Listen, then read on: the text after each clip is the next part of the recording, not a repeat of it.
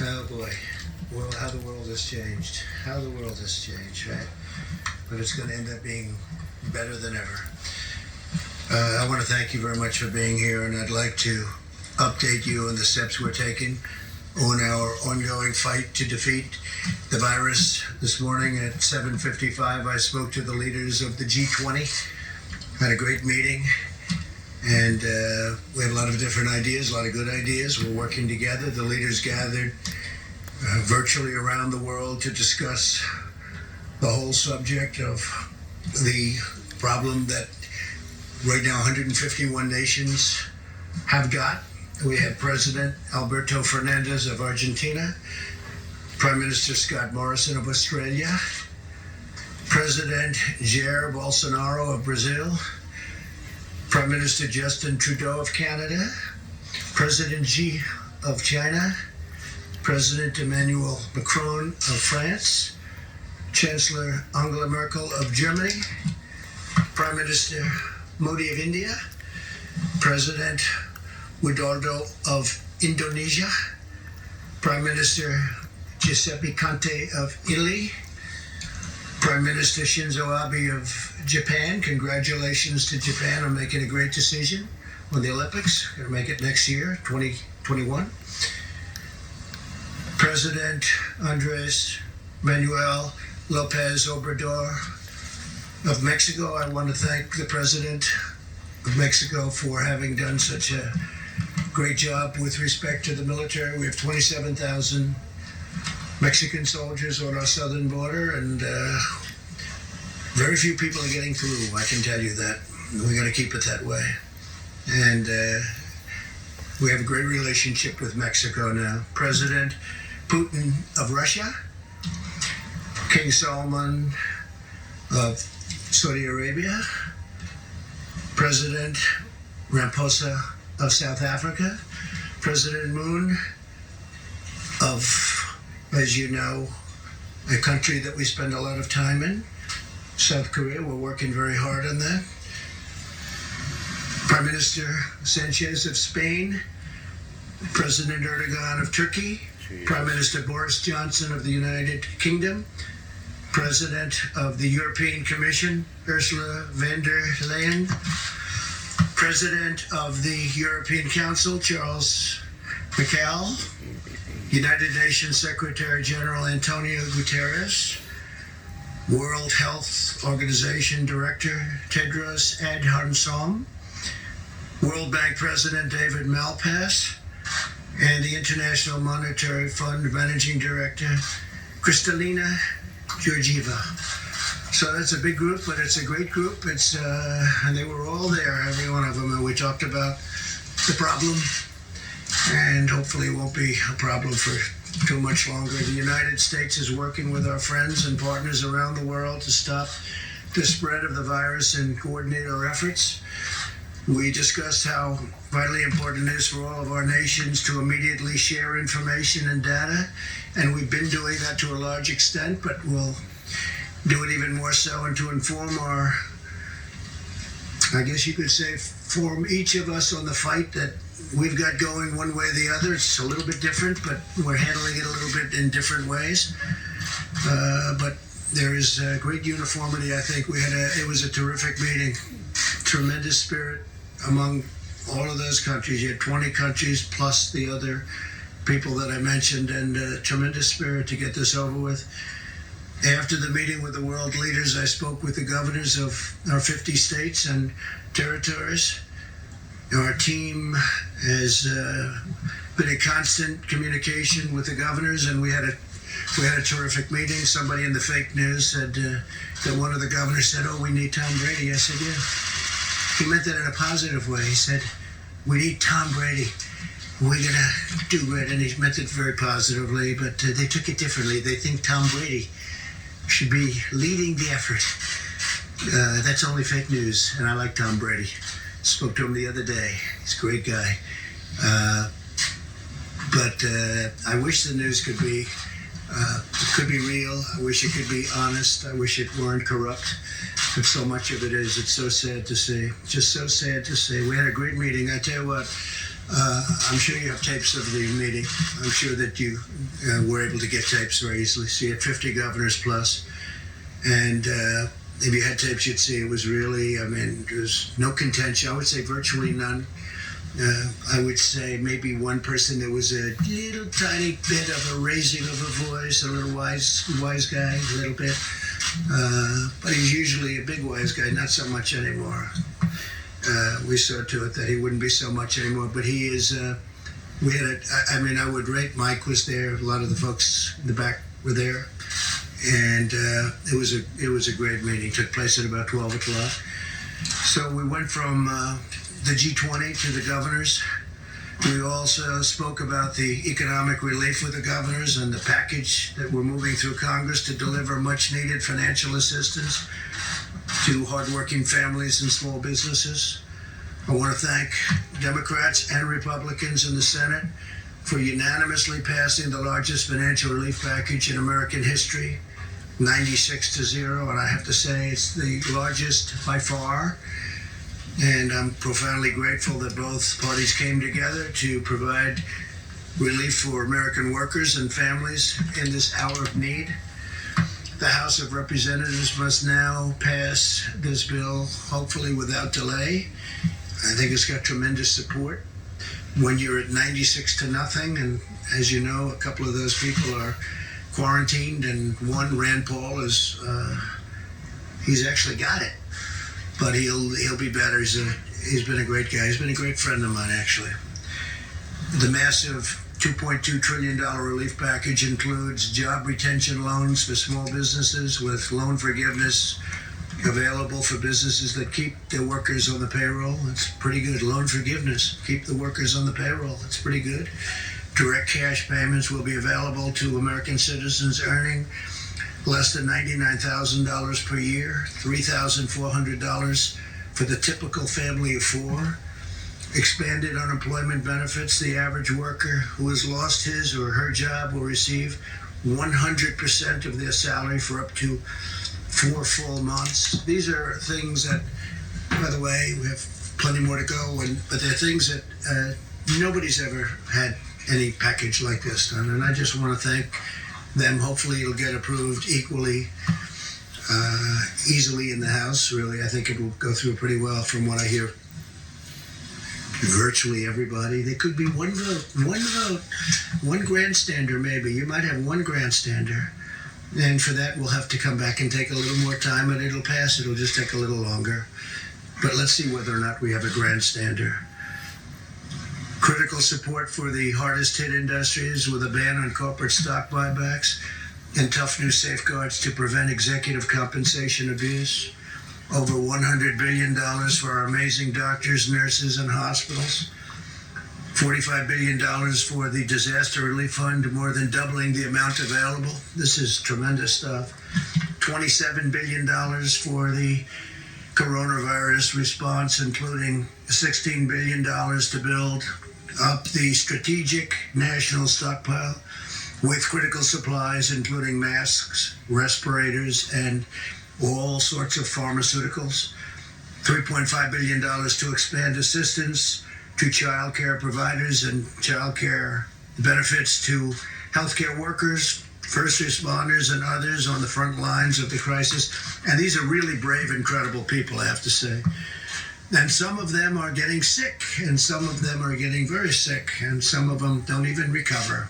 They're incredible people. $1 billion for Defense Production Act procurement. We are, as you know, using the act, but we use it only when necessary. We use it as leverage. We generally don't have to use it to accomplish what we want to accomplish. As of today, FEMA has shipped over 9 million N95 masks, 20 million face masks, 3.1 million face shields, nearly 6,000 ventilators, 2.6 million gowns, 14.6 million gloves, and we're sending more every day, and we've got tremendous amounts of equipment coming in. A lot of great companies are making equipment right now. The ventilators, obviously, they take a little longer to make, but we have a lot of companies making them, and we're going to be in great shape. We took over an empty shelf. We took over a very depleted place in a lot of ways. As you know, the testing is going very, very well. And that was obsolete and broken, and we fixed it, and it's been going really good. And I think, very importantly, the stockpile, we're really filling it up, and we fill it up rapidly, but we get it out. Sometimes we have it sent directly to the states instead. And again, the state has to be doing this kind of a thing also. We're sort of we look from behind a little bit, and we look at how are they doing, and if they need help, we do it. But it's their first responsibility. Sometimes they just can't get it, but we load it up and we send it out. But if we can, we have it sent directly to the state. We want it to go directly to the point where we want it. I can now announce something that I think is incredible, what they've done in the Navy, because the incredible naval hospital ship, the USNS Comfort, which is incredible actually when you see it inside, will be underway to New York City on Saturday. So it's going to be leaving on Saturday rather than 3 weeks from now. And they did the maintenance quickly, and it was going to be there for quite a while longer, another 3 or 4 weeks, and it should be arriving. I told the governor 20 minutes ago, Governor Cuomo, that the ship will be arriving at New York Harbor on Monday. I think I'm going to go out and I'll kiss it goodbye. I'll go to, it's in Virginia, as you know, and I will go and we'll be waving together because I suspect the media will be following. John, are you going to be following? Maybe. You never know, huh? It's a very important vessel. Great ship. It's a great vessel, is right. So if you want to go, I'll see you there, and if you don't, that's okay. After being fully loaded with medical supplies, it's loaded up to the top, and it's over at the Norfolk Naval Base. That's where it departs. It is expected then to, we're saving about 3 to 4 weeks by the incredible work done by the Navy. And I actually look forward to Saturday to see it go. The ship will arrive, and I believe it's going to get a little bit of a ceremony. There's something very beautiful about it. It's an incredible piece of work. We're going to be landing at Pier 90 in Manhattan to provide hospital surge capacity for the New York metropolitan area. So it's a surge capacity. They may use it for this, or they may have other people coming in from hospitals unrelated to the virus, and then they'll use those hospitals on land. They'll use those hospitals for the virus, but we'll see how they do it. They could do it either way, one way or the other, whichever one is best. But it could be, because it's set up so well for a regular hospital, that they may take people out of hospitals and then use those rooms for the virus. The National Institute of Health and the private sector, working closely with the FDA, continue to collaborate to discover and test treatments and therapies that can effectively reduce the duration and symptoms of the virus and very much help people to recover. And I'm firmly committed to bringing these treatments to market very quickly. We have a lot of tests going on with regard to different medicines, and I hope we get lucky. I hope we hit. A lot of talented scientists and doctors are working on therapeutics, a cure, vaccines. I think we're doing very well. Tony may speak to that a little bit later, but I think we're doing very well with regard to the vaccines. I think we're doing well with regard to a lot of the things I just mentioned, but we'll have to see what happens. We're going to know fairly soon about a lot of them. But it's very advanced, and the vaccines are very advanced prior to, as you know, a fairly reasonably long test period of, in that case, over a year. Every American should be proud of the incredible spirit our country has brought to this effort. It's been incredible. Citizens from all walks of life have come together to turn the tide in this battle. We're witnessing the extraordinary power of American unity like a lot of people have never seen. Even getting a vote. You're talking about trillions of dollars and you get a vote of 96 to nothing. We are waging war on this virus using every financial, scientific, medical, pharmaceutical, and military resource to halt its spread and protect our citizens. I want to express our tremendous thanks to the American people for continuing to practice social distancing like you people are practicing right here. I don't know, this room may never be the same.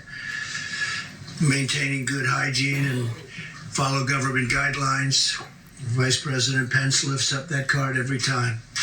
And it's not very complicated, but hopefully you can do that. And your commitment will make all the difference in the world. And that's one of the big ones will be, for a while, stay home. Just relax, stay home. Making a lot of progress as we continue to gather more information and accelerate the testing, where we're doing record numbers of tests now, far more than any other country has done. I told you yesterday, 8 days here, because you heard so much about South Korea. The media kept talking about South Korea, South Korea. We have a great relationship with President Moon in South Korea. But when I hear so much about South Korea, so in 8 days, we do more testing than they did in 8 weeks. And it's a very highly sophisticated test. We'll be able to deploy even more data-driven and targeted approaches to slow the, ultimately, it's a very devastating thing, but we will vanquish this virus, and it's a lot of progress has been made.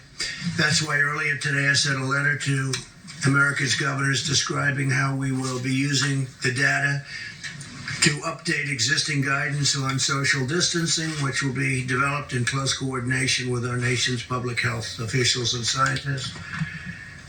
Because of the sacrifices of our great doctors and nurses and healthcare professionals, the brilliance of our scientists and researchers, and the goodness and generosity of our people, I know that we will achieve victory and quickly return to the path of exceptional health, safety, and prosperity for all of our citizens.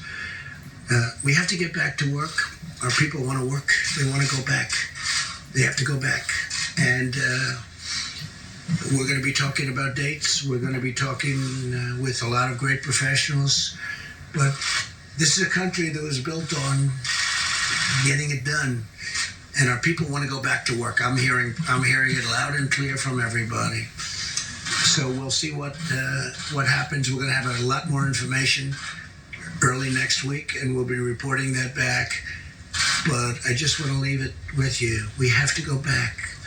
This is the United States of America. They don't want to sit around and wait, and they'll be practicing. And by the way, a lot of people misinterpret when I say go back. They're going to be practicing as much as you can, social distancing and washing your hands and not shaking hands and all of the things that we talk about so much, but they have to go back to work. Our country has to go back. Our country is based on that. And I think it's going to happen pretty quickly. A lot of progress is made, but we got to go back to work. We may take sections of our country, we may take large sections of our country that aren't so seriously affected, and we may do it that way, but we've got to start the process pretty soon. So we'll be talking to you a little bit more about that next week. And with that, if you have any questions, you could ask, and then I'm going to have Vice President stay behind, and he's going to take questions and also introduce some of the people. You can ask them some questions. John, please. Mr. President, with the unemployment numbers out today, 3.3 million, Yes. I take it not a surprise. No, not at all. But it's still a staggering number. I wonder about your perspective on that. Well, it's nobody's fault. Certainly not in this country. Nobody's fault. We got very lucky when we made a decision not to allow people in from China at a very early date. I say that because some people don't want to accept it, but this was a great decision made by our country. The numbers that you're talking about, we're a big country, that'd be far greater, far bigger. So when I heard the number, I heard it could be 6 million, could be 7 million. It's 3.3 or 3.2, but it's a lot of jobs. But I think we'll come back very strong. The sooner we get back to work, every day that we stay out, it gets harder to bring it back very quickly. And our people don't want to stay out. So I know those numbers, John, but I think you'll see a very fast turnaround once we have a victory over the hidden enemy, as I say. It's a hidden enemy. Sometimes a hidden enemy is a lot tougher than somebody that stares you in the face, right?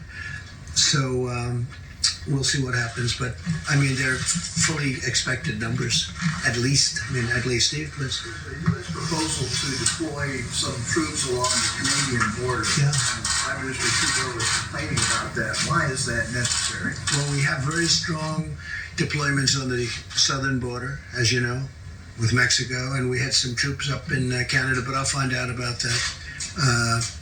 I guess it's equal justice to a certain extent, but in Canada we do have troops along the border. You know, we have a lot of things coming in from Canada. We have trade, some illegal trade that we don't like. We have very strong sanctions on some. We have very strong tariffs on dumping steel, and we don't like steel coming through our border that's been dumped in Canada so they can avoid the tariff. You know, I charge a lot of tariff for the steel, and it's been great for our steel companies because now they can really go. You look at what's happened with steel, it's been pretty incredible, but we've taken in billions and billions of dollars in tariffs on steel, and much of it comes in from China, but they can come through the Canadian border too, so we're always watching for that. If I'm getting the numbers correctly, the United States now has surpassed China as the country with the highest number of virus cases. Does this surprise you at all? Is it following a predictable trajectory? No, I think it's a tribute to our testing. You know, number one, you don't know what the numbers are in China. China tells you numbers, and I'm speaking to President Xi tonight, I believe, and we'll have a good conversation, I'm sure. But you just don't know, you know, what are the numbers? But I think it's a tribute to the testing. We're testing tremendous numbers of people. And every day, the way the system works, and I want to thank especially Roche, has been fantastic, great company. They've done a tremendous amount. Deborah was telling me before that they've really stepped up to the plate and done great, as have other of the companies, but it seems that they're really doing it particularly well. You know, we'll see what happens there, but it's a tribute to the amount of testing that we're doing. We're doing tremendous testing, and I'm sure you're not able to tell what China is testing or not testing. I think that's a little hard. Yeah, Mr. President, on the 3.3 jobless claims, you just suggested it get 6 to 7 million. A lot of those workers. No, I didn't say that. No, you're wrong. I didn't say that. I said some people were projecting that it would be 6 or 7, and it's, I believe, 3.3. 3.3. Yeah. Millions of Americans out of work. Some of them will be losing their insurance. What's your plan to make sure, through no fault of your own, as you just mentioned, that they stay insured? Are you willing to plus up the subsidies for some of the exchanges under Obamacare, expand Medicaid? What's being considered? So, well, I mean, the things I just read to you are being considered, and other things are being considered. People are going to be getting big checks, and it's not their fault. What happened to them is not their fault. So we're doing a lot of different things on health insurance. We have meetings on it today. We're taking care of our people. This is not their fault, what happened, and we're taking care. We're starting off by sending them very big checks. I think for a family of 4, it's about $3,000. And we're taking care of our people. We're taking care of our workers. This was not, you know, as I say, this was not a financial crisis. This was a health crisis, a medical crisis. We're going to take care of our people. Please. Yeah. Please. The National Restaurant Association came out, National Restaurant Association came out with a survey this morning saying that 3% of all restaurants in this country have shuttered for good in the past 3 weeks. And the projection is that 11% more are going to be closed in the next 30 days. So what do you say to a restaurant owner who is looking at his sheets and thinks he has to close within the next 30 days? Well, I know the business very well. I understand the restaurant business. It's a very delicate business. It's a business that is not easy. You know, I always say in a restaurant business, you can serve 30 great meals to a person or a family, and they love it. One bad meal, number 31, they never come back again. It's a very tough business, but they're great people that run restaurants. And I've heard 3% could be lost, and you could go as high as 10 or 11%, but they'll all come back in one form or another. It might be a different restaurant, but it's going to be a great business for a lot of people. And we're making it easy for people to look what we're doing in terms of loans, what we're doing in terms of salaries. They'll all come back. It may not be the same restaurant, may not be the same ownership, but they'll all be back. Yes, sir, please. So you mentioned the pledges from American companies to provide supplies, but does it as we top 81,000 cases in the U.S., does it make sense to relook at choosing the Defense Production Act? Well, I talked about the Defense Production Act a lot, and I've enacted it. I have it. I can do it with a pen. And we have actually used it on 2 minor occasions, and then we could withdraw it. But for the most part, the companies, we don't need it. We say we need this, and they say don't bother, we're going to do it. I mean, we're dealing with Ford, General Motors, 3M. We're dealing with great companies. They want to do this. They want to do this. They're doing things that frankly, they don't need somebody to walk over there with a hammer and say, do it. They are getting it done with it, making tremendous amounts of equipment, tremendous amounts. And when this is over, we're going to be fully stockpiled, which they would have never been except for a circumstance. This was something that nobody has ever thought could happen to this country. I'm not even blaming. Look, we inherited a broken situation, but I don't totally blame the people that were before me in this administration. Nobody would have ever thought a thing like this could have happened. But the Production Act, Defense Production Act, is a wonderful thing, but I just haven't had to use it. They know it's activated. They know I can use it. Maybe that frightens them a little bit. You know, it's got tremendous power, but I haven't had to. Please. Thank you, sir. Question for me, and then another question, if you'll let me, for some of my colleagues who are social distancing. Where are they? They're all outside trying to get in. I know. The first question has to do with cruise liners like Carnival and Royal Caribbean. They want this relief aid, but they're worried that because they offshore to places like Panama and Liberia, they might not qualify. Senator Hawley has said that they should move back to the United States before they get a check. Do you agree? Should they pay U.S. taxes to get U.S. taxpayer relief? So I'm a big fan of Senator Hawley, and I also like the idea. There were some senators that didn't want to do anything, like Carnival, great company, but they're based in different places. I won't tell you where. I could tell you exactly where they're based, but I won't do that. But they're based in actually more than one places. You know, ships are registered at different locations. I do like the concept of perhaps coming in and registering here, coming into the United States. It's very tough to make a loan to a company when they're based in a different country. But with that being said, they have thousands and thousands of people that work there, and maybe almost as importantly, that work on shore, filling these ships with goods and products. And the cruise line business is very important. And I know Carnival, what a great job they do, Mickey Harrison. And I would think that we could stick with Senator Hawley and maybe really look at that very seriously. Look, it's a big business. It's a great business. It's a business that employs tremendous number of people outside of the ship itself. I mean, you look at these ports. It's loaded up with shops and people that are involved with the ship. So we're going to work very hard on the cruise line business, and we're going to try and work something out. But I like the concept. Yeah, go ahead. Thank you, sir. The Senate bill includes aid that's directly tied to the airlines. And since before the pandemic, Boeing was already suffering from the losses of 737 MAX airplanes. Do you think it's appropriate to use this legislation to sort of provide them with $17 billion of aid on top of $25 billion that they could qualify for as a passenger airline, and then another $4 billion that they could qualify for as a cargo airline? Is that fair? So the airline business is a very tough business. Over many years, it's been very, very tough.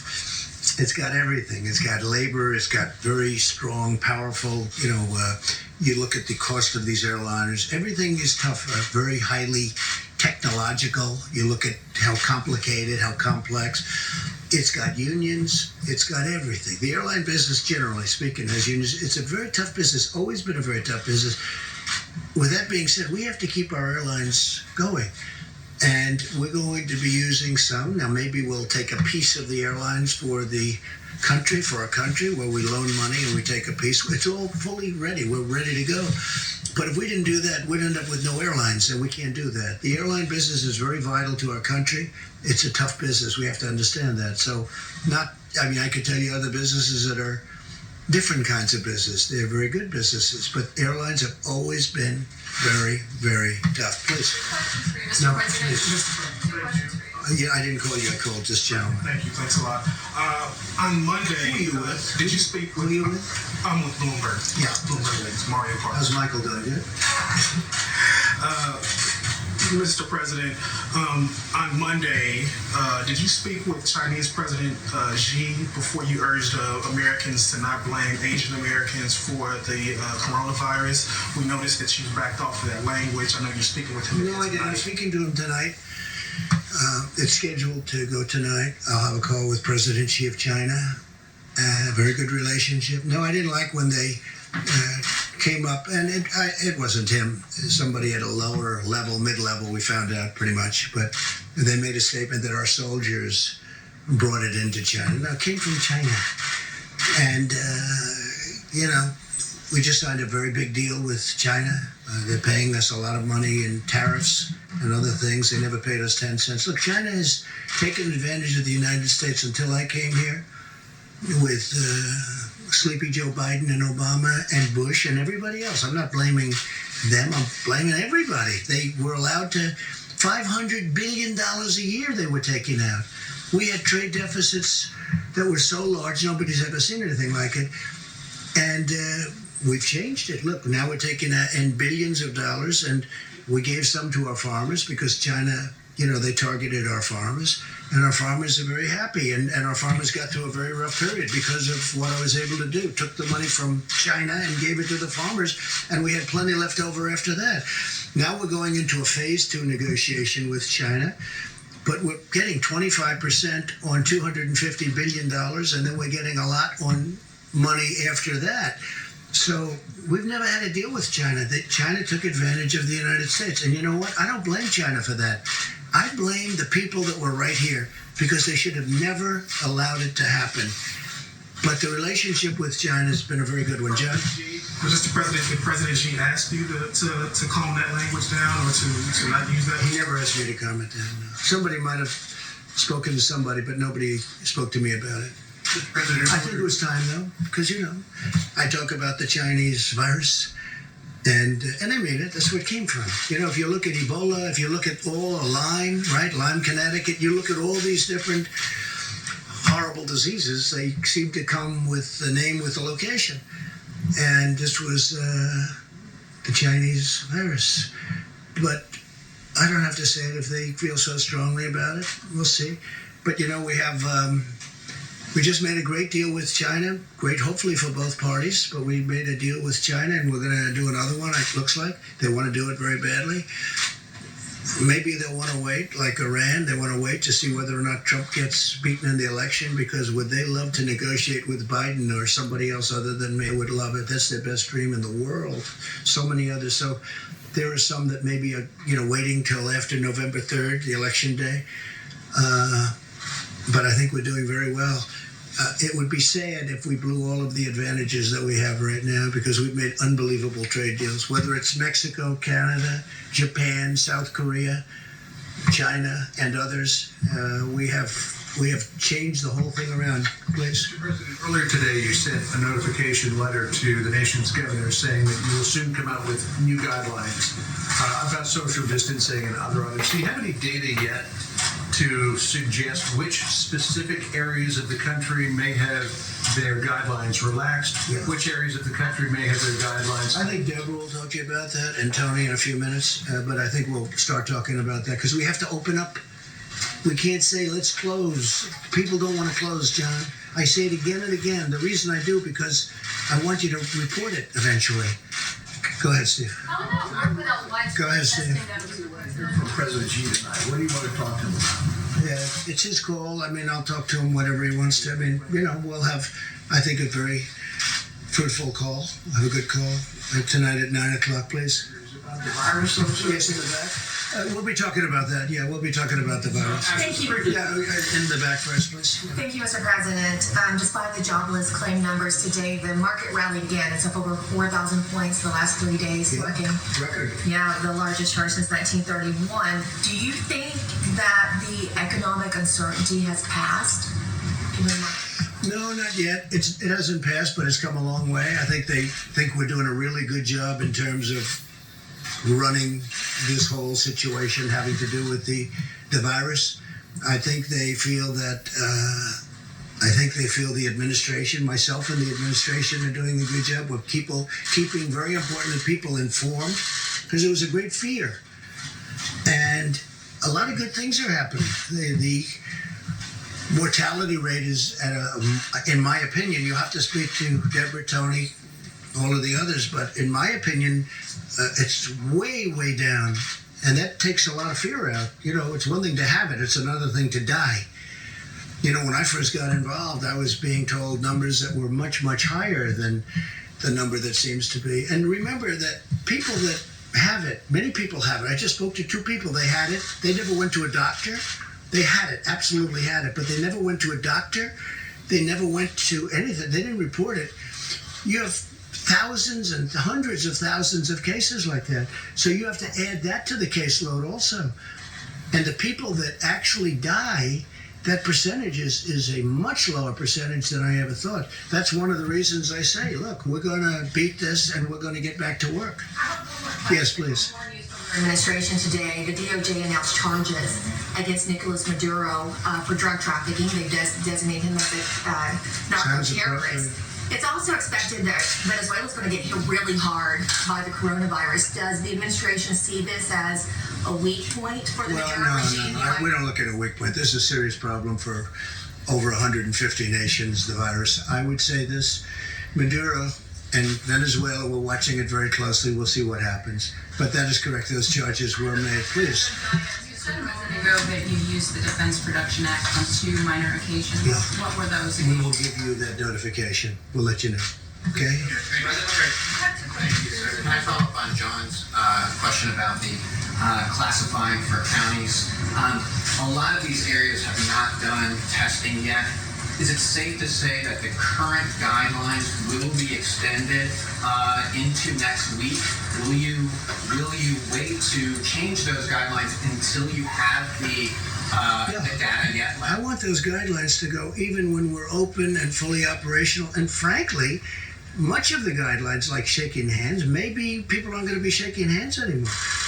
You know, Tony had mentioned to me, Tony Fauci, the other day, that I don't think he would be too upset with the concept of not shaking hands. He was saying that the flu would cut down, the regular flu would be cut down by quite a bit if we didn't do that, if we didn't shake hands. You know, the regular flu, of which, you know, you have a lot of deaths and a lot of problems with that too. So I think a lot of great things are going to, when we're open, just to finish, when we're open, as soon as we open, that doesn't mean you're going to stop with the guidelines. You'll still try and distance yourself, maybe not to the same extent because you have to lead a life. But I think the time is coming. How about one more question? Go ahead, in the back, please. Thank you very much, Mr. Go ahead, President. please. I also have 2 questions because I'm asking on behalf of foreign press as well. So one domestic question, one international. Domestically, you just tweeted the other day saying that it's very important that we totally protect Asian Americans. Yes, I do. Very important to me. But still millions. Very important to me. We have to protect our Asian Americans. It's a very important. That was a very important tweet to me because I didn't like things that I was hearing. Please go ahead. Well, what's the concrete measure that you're taking to combat the hate crimes against Asians? Well, I don't know. All I know is this. Asian Americans in our country are doing fantastically well. I'm very close to them, as you know. And they're doing fantastically well, and I think they appreciate the job we're doing. But I did want to put that statement out, the social media statement, because to me, Asian Americans are a great part of our country. Thank you all very much. We'll see you soon. Thank you. On your guidance,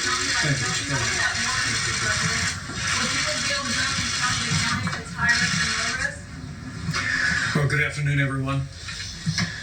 The White House Coronavirus Task Force met today. We continue to move out on President Trump's directive to slow the spread with mitigation, and to advance and expand testing across the country, and to work on the critical supplies that our healthcare workers in our nation needs. Today, the President convened the nation's